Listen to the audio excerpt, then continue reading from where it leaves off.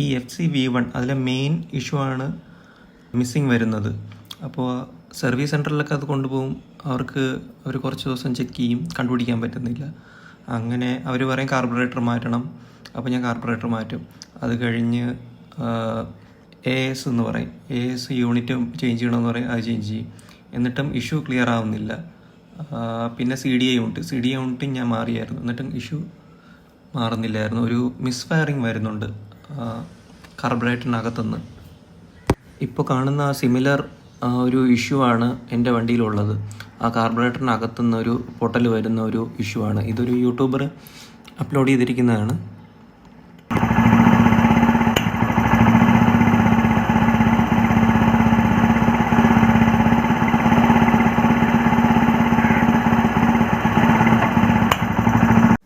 ഞാനിതിനെപ്പറ്റി ഒരുപാട് റിസർച്ച് ചെയ്തപ്പോൾ കുറച്ച് യൂട്യൂബിൽ തന്നെ ചിലവർ ഇട്ടിരിക്കുന്ന കണ്ടതെന്ന് വെച്ച് കഴിഞ്ഞാൽ, ഈ ഒരു തമിഴ് ചാനലിലാണെന്ന് തോന്നുന്നു, പുള്ളി ഇട്ടിരിക്കുന്നത്, പുള്ളിയെല്ലാം ഇതേ കണക്കിന് ട്രൈ ചെയ്ത് നോക്കി, ഒന്നും ശരിയാവുന്നില്ല.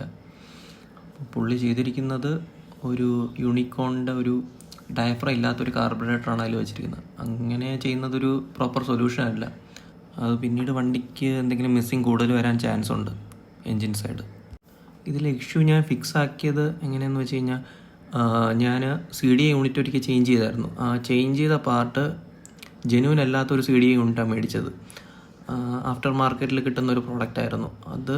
സെയിം പിന്നൊക്കെ തന്നെയാണ്, പക്ഷേ അതിനകത്ത് സെൻസേഴ്സ് ഒന്നും പ്രോപ്പർലി വർക്കിംഗ് അല്ല. പക്ഷേ നമ്മുടെ ഒറിജിനലിനകത്ത് സെൻസേഴ്സ് എല്ലാം കറക്റ്റ് വർക്കിംഗ് ആണ്. അപ്പോൾ അതുകൊണ്ട് അതിനകത്ത് കാർബറേറ്ററിന് വേണ്ടിയുള്ള ഒരു സിസ്റ്റം കറക്റ്റ് വർക്കിങ്ങിൽ അത് നടക്കും. അപ്പോൾ ആഫ്റ്റർ മാർക്കറ്റിൽ കിട്ടുന്ന CDI യൂണിറ്റ് ഒരിക്കലും യൂസ് ചെയ്യാതിരിക്കുക.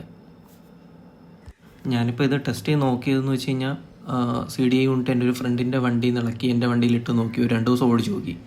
അപ്പോൾ ആദ്യം ഒരു ചെറിയൊരു ഇഷ്യൂ കാണിക്കും, പിന്നെ അത് അലൈനായി ഒന്ന് സീറ്റിംഗായി വരുമ്പോഴത്തേക്ക് ആ ഇഷ്യൂ മാറും.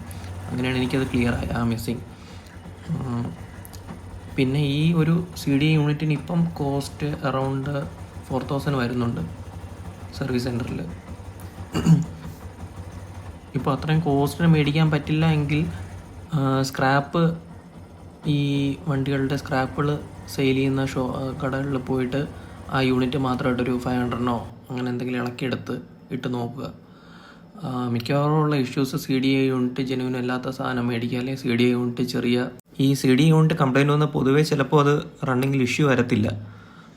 പക്ഷേ ഇതിൻ്റെ എന്തെങ്കിലും സെൻസറോ അങ്ങനെ എന്തെങ്കിലും വർക്ക് ചെയ്യാതിരുന്നാലും മിസ് ഫയർ വരാൻ നല്ല ചാൻസ് ഉണ്ട്. പിന്നെ ഇതിൽ ഇഷ്യൂ വരാണ്ട് വേറൊരു കേസ് എന്ന് പറയുന്നത്, ഈ സൈലൻസറിൽ നിന്ന് ടപ്പ് സൗണ്ട് വരുന്നതാണ്. അത് മെയിനായിട്ട് AIS എന്ന് പറയുന്ന യൂണിറ്റ് ഡാമേജ് വരികയോ അങ്ങനെ എന്തെങ്കിലും ആയിരിക്കും. പിന്നെ ഞാൻ ഈ കാർബറേറ്ററിൻ്റെ മിസ്സിങ് കംപ്ലൈൻറ്റിന് വേണ്ടി ഒരു വർക്ക്ഷോപ്പിൽ കൊടുത്തായിരുന്നു. അപ്പോൾ പുള്ളി ഈ AIS പൊല്യൂഷൻ്റെ ഒരു എയർ പൈപ്പ് ഉണ്ട്, ആ എയർ പൈപ്പ് ഒരു ചെറിയൊരു ബോൾ വെച്ച് ബ്ലോക്ക് ചെയ്തായിരുന്നു. അങ്ങനെ കാരണം ആ ഒരു ടപ്പ് സൗണ്ട് വരുന്നുണ്ടായിരുന്നു. അപ്പോൾ ഇത് സർവീസ് സെൻറ്ററിൽ കൊണ്ടുപോയപ്പോൾ അവർക്കും കണ്ടുപിടിക്കാൻ പറ്റില്ല. ഞാൻ പിന്നെ വെറുതെ ഒന്ന് ഇളക്കി നോക്കിയപ്പോഴാണ് അതിനകത്ത് എയർ പാസേജ് ഇല്ല. അങ്ങനെ പിന്നെ ആ ട്യൂബ് മാറ്റി. പിന്നെ ഇതിൽ ആ ഒരു ഹെഡിൻ്റെ അവിടെ ഒരു പൈപ്പ് വരും. ആ പൈപ്പും ചിലപ്പോൾ ആൾക്കാർ ബൈപ്പാസ് ചെയ്യാൻ വേണ്ടി എന്തെങ്കിലും പാനൽ വല്ലതും കട്ട് ചെയ്ത് അവിടെ വയ്ക്കും. അതും ചെക്ക് ചെയ്യണം, ആ ഒരു പാസ് ചെയ്യാൻ വേണ്ടി. അടുത്തതിൽ ശ്രദ്ധിക്കേണ്ടത്, കാർബറേറ്ററിൽ നിന്ന് മെയിൻ ഫോൾഡിനോട്ട് കണക്ട് ചെയ്യുന്ന ഒരു റബ്ബർ ബൂട്ടുണ്ട്. അത് എന്തെങ്കിലും ലീക്കോ ചെറുതായിട്ട് മൂവ് ചെയ്യുകയോ അങ്ങനെ എന്തെങ്കിലും ചെയ്യുവാണെങ്കിലും ഒരു മിസ് ഫയറിങ് വരാം.